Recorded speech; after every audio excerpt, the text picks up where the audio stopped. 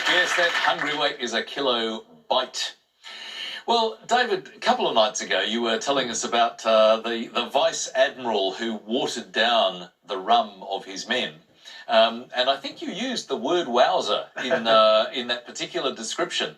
But wowzer itself has a really interesting back history. It is a fascinating story, Richard, and it's because it's done a U-turn essentially over the last 150 years or so. Now, wowzer is someone who is a killjoy, usually a non-drinker, but it can also mean a prude or a wet blanket. A party pooper is another word for it. But where does it come from? 150 years ago, it used to mean the opposite. Wowzer was a rabble-rouser, a sort of noisy drunk or sot. Oh, really? So actually exactly the sort of person a present-day wowzer would like to calm down or keep under wraps. Fascinating, and because the word wow is British or English dialect for to howl, and it's where we get bow wow. It's essentially a sort of imitative word, comes from the noise itself. But when the teetotal movement sort of was very predominant during the sort of Victorian era, which is the latter second half of the 1800s, they were pushing against the drinking or excess, and the people making the loudest noise, those censuring the alcohol reliance, were dubbed wowzers because they were making such a loud noise about the sort of delinquency.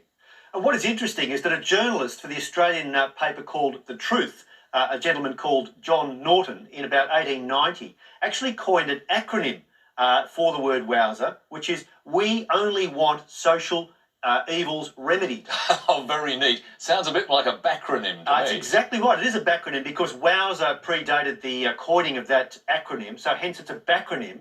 But it's amazing to think that because of that clever use of language, the word wowzer has been quite deeply embedded now as being someone who is just against the grog or against revelry in general.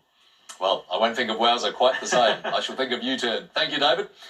Paul is on 6. Scott is on 16 as we head for our next letters in tonight's game. And Scott, you to choose, please.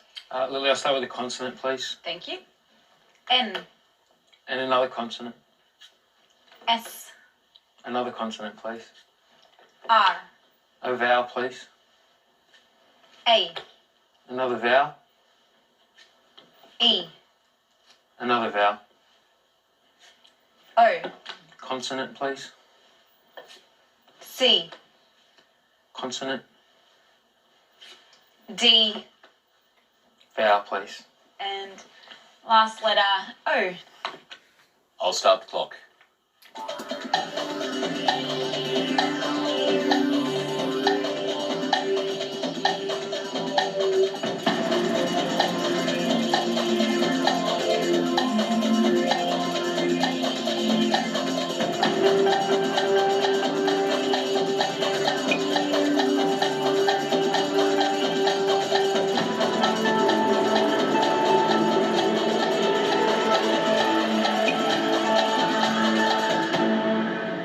How many this time, Scott? I got 6 this time. Paul? I got a sleepy 6. A sleepy 6. Well, wake us up with that. Snored. Very nice. What about yours, Scott? Course. A couple of good 6s, David. Just to clarify, Scott, how do you spell coarse? C-O-A-R-S-E. Perfectly fine. That spelling is there, harsh. Now, in that first 5, I saw Serna. They just jumped out at me. And then the O came along for reason. And then the C gave me coarsen, which was one means of extending that word for a 7. Nice work. And good stuff for Paul and Scott. 6 points each. Let's see what else we can get out of the letters. And Paul, your turn. Thanks, Richard. Can I start with a consonant? Sure. S. And another? W. And another? G. And another? N. And a vowel? E. And a vowel? I. And a vowel? A. And a consonant? H. And a consonant? And last letter T.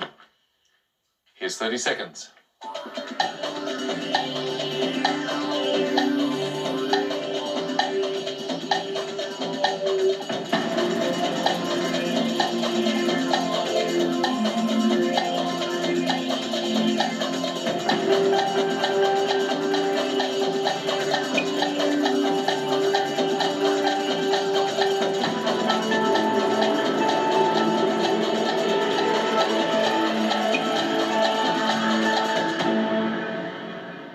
How'd you go, Paul? I got a 7. And Scott? Also a 7. Let's begin with yours. Stewing. Yours, Paul? Washing. Kind of quite domestic sounding activities over here. Well, I mentioned despair in the first round, and now I mentioned praise. Well used, that ing, exactly right. That is a perfect 7, both good 7s. And swathing or sweating with the 8s that also there. Great stuff. Paul and Scott, 7 points each. Let's see what this second lot of numbers reveal tonight. Scott, you choose, please. I'd like a perfect match, please. Okay, thanks, Scott. That's 3 large and 3 small. And starting with the smalls, 8, 6, 9, and the 3 large, 50, 25, and 75.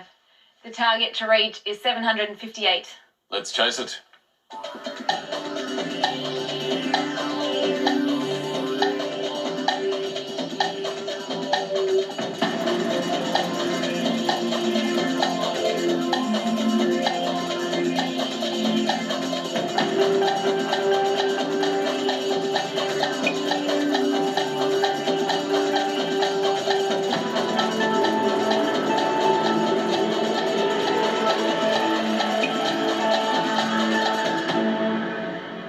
How did you go that time, Scott? No luck? Near it, I'm Shake afraid. of the head. Okay. Paul? I think I got there 758. 758. Good to hear. Take us there, please. Okay, 75 times 9, 75 by the 9 is 675. 675. hopefully. Yeah.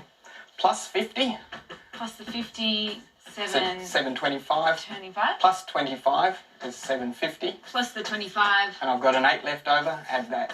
All done, 758. Very good work, Paul. Right on the target. Nice method, Lily. Yeah, very nice. I didn't see it. I used a different approach. Okay. Show us what you did. Okay, 9 plus 6 is 15. By the 50 is 750. At the 8 is 758. Very nice as well. Very nice work indeed from Paul to score 10 points. So, we are absolutely level pegging. 29 points each for Paul and Scott as we go to our next break. Another word mix for you. It's snipe ale this time, with the clue, punished by a writing implement. Back soon.